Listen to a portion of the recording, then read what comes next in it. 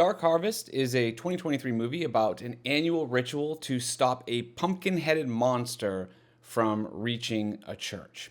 So that's the setup here. And I'm not going to beat around the bush. I fucking hated this movie. Now, that doesn't mean everything about it is bad. I just couldn't get on board with almost any of the choices made for this film. Now, I can certainly see why some people would really enjoy this film. Like, they took some big swings, for sure, and that in and of itself is commendable. Now, just to say, like, here are some things that I really liked about it. I thought the monster effects were really well done. The monster looked interesting, and they teased it visually well for a nice amount of time to kind of keep that mystery. I thought some of the kills were appropriately bloody. Like, people get cut in half, heads get removed, and bodies kind of get destroyed by the creature itself. All good stuff. Side note, I do wish there was a little less CGI blood, but I mean, it's hard to avoid that nowadays. The acting in terms of skill is pretty solid. Like, there's some good actors in this movie, and everyone does their job. The production design was really good, with the period set pieces and costumes all felt lived in and looked great. That's kind of it. That's about all I liked. I mean, and to be honest, just to put a little bit more nuance on the acting comment, the direction of those actors is a different story entirely. Every single character is at a goddamn 11 in this movie. Whatever emotion they're supposed to be feeling in that scene, happy, sad, nervous, angry, is jacked up and supersized. It is literally my nightmare. This movie is about a small town in Illinois in 1962, and every year on Halloween, this monster rises up in a cornfield and makes a run for the church in town, killing people along its way. Now, apparently the thing must be stopped before it gets to the church by midnight, otherwise the town will have a bad year of crops, I guess. It's not totally explained exactly what would happen, but apparently bad things. Luckily, though, in this scenario, local baseball hero Jim Shepard stops the monster, and as a reward, as is custom, he gets a shiny new car, and his family gets money and a new home in town. He then drives off into the sunset for reasons, leaving behind his little brother, Richie. We fast forward a year later, and preparations are being made for this year's ritual. Richie wants to participate, even though because his brother had won last year, he's actually not allowed to do so this year.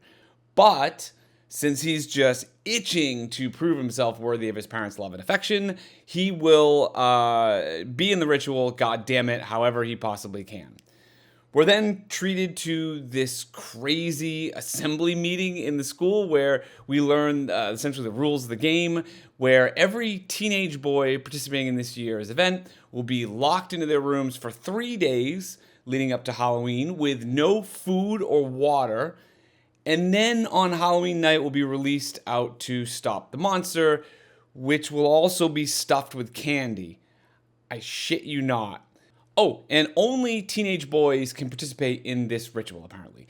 Even though it affects the whole town, whether they succeed or fail, only teenage boys.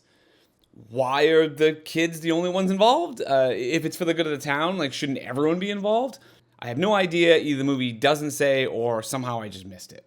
The story is really why I hated this movie. Like, there are so many very strange ideas here that felt insane to me.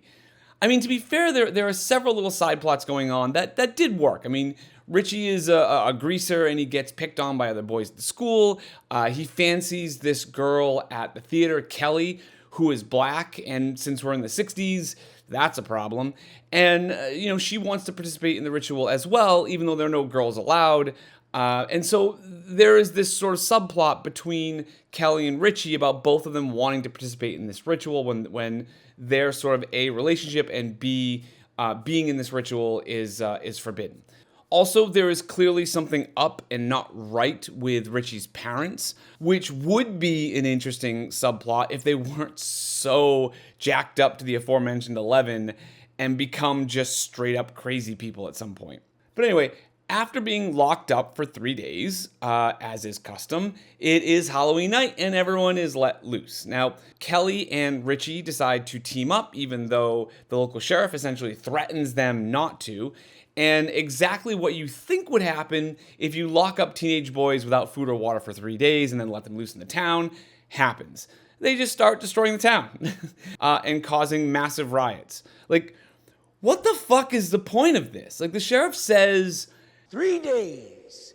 No food, no mommy, no nothing. And on the night of the run, you all will fill your bellies full. but no, like, what that would do is make them malnourished and dehydrated. Like, the human body can survive without water for approximately 3 days. So they are literally on the doorstep of death. And then they're released to take part in what they call the most important event of the year. Like, generally, when you're about to go up against like a death-dealing creature, you kind of want to be in peak physical condition. Especially something that dictates the entire year's fortune for the town. It's asinine. Like, all of these ideas feel like they were done because they sound cool versus making any real practical sense. But moving forward, everyone starts hunting down this creature, and of course, they all split up. And here's a question that maybe someone should have asked. If the monster always heads for the church and needs to get to the church before midnight for this whole thing to kind of get kicked off, why wouldn't you just wait at the church? Like, why venture out into the cornfield when this thing is clearly a huge physical threat one-on-one? But I guess, that's the dumb decisions kids make when they're hungry. I don't know. And for that matter, why is the creature heading to the church? What does that have to do with anything? I have no idea. And what happens if the creature does get to the church? Does it just step inside the doorway and then disappear? Does it have to do something? No idea. But don't think about that too much. Just kind of watch the kids getting killed. So the movie does kind of turn a little bit, which I can't really get into without getting into spoilers. So I'm going to put that here now. If you don't want to know about the reveals or twists or whatever, I would say skip this part. Okay, so now we get into what they consider to be the big reveal. And I have to say, for as many movies that I watch in general, the fact that I work in the business on some level and I also write screenplays, I generally don't see twists coming in films. For whatever reason, I just don't. Like, I think maybe because I'm happy enough to be in the present with the movie, and I don't try to predict what they're gonna do next. Like, it happens sometimes, but the percentage is really low, and quite frankly, I don't want to figure it out. Like, I'd much rather experience it. But I gotta say, man, I figured out this reveal in like the first 5 minutes of the movie.